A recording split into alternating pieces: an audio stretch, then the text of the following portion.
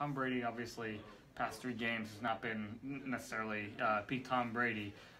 He's not throwing for as many yards. He was throwing a lot of checkdowns last game. Are you worried about him at all? I mean, considering, yes, the Achilles injury that keeps on keeping him out of practice on Wednesdays, and I mean, his numbers are down a little bit. Are you concerned that a 40-year-old quarterback late in the season is kind of slowing down a little bit?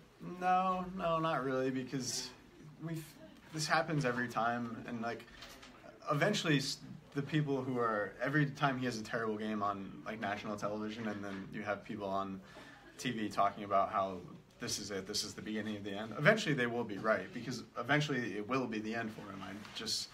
It's hard to predict when that is, because he's had such a sustained excellence with the occasional stinker on a Monday night game every once in a while. So to me, that Miami game was, yes, Brady did not play well, but he didn't have a lot of help. I think his receivers really struggled to get open. Not having Gronkowski was a much bigger deal probably than we thought. And they really haven't played many games over the past couple of years without Gronkowski and Edelman. It's only been week 5 against Tampa this year where they scored 19 points and were like fine on offense but not great.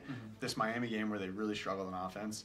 A game in the 2015 season against the Eagles that they lost 35-28. So there hasn't been a big sample size of Brady without those 2 players.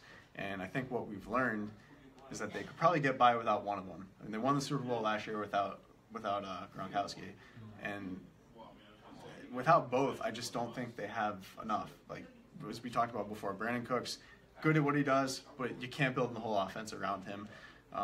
Especially when the running game's not functioning as well as it needs to. They just, between Cooks, Hogan, Amendola, it's just not, Dwayne Allen, it's just not enough talent. So any quarterback to me, maybe with the exception of Aaron Rodgers, who can extend so many plays, make so many plays with his legs, create things, create something out of nothing, every quarterback needs to have his skilled players healthy and play at a high level. And Brady just did not have that on Monday night. So if the struggles continue with Gronkowski, then maybe I'd be a little bit more concerned. But I just almost chalk that up as one game he played poorly and he did not have a lot of help around him.